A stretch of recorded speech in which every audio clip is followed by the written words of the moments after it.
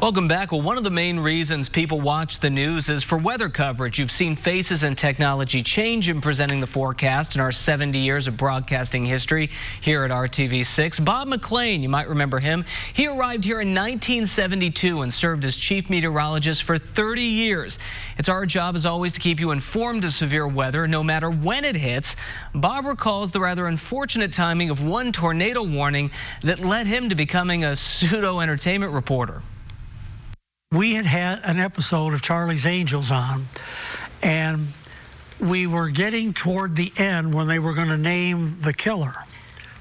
And wouldn't you know, there was a tornado warning right at that point. And so they were saying on the program, and the killer is... We interrupt this program to bring you this special weather statement from the Channel 6 weather office. And then I would come on and I would say, we have a tornado warning for...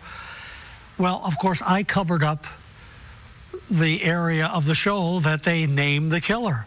Well, the phones blew off the wall. I mean, everybody was calling up because they'd been watching this show for the 50 minutes or so, and now all of a sudden they wouldn't know who the killer was. So I had to begin, the weathercast with the name of the killer, because there was so much, people concerned about this that they just couldn't let it sit there with no explanation. So I had to start the weathercast with the name of the killer and what he did and why. Thankfully, these days, it's a little easier to find out information like that with social media and the internet.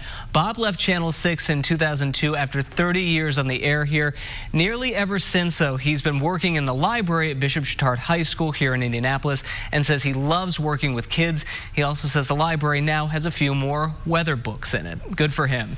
And these daily trips into our broadcast history all lead up to this Thursday when former anchors Clyde Lee and Dion Willis lead us in a one-hour special at 7 p.m. called 70 Years Together, RTV6 working for you. We sure hope you'll be able to join us.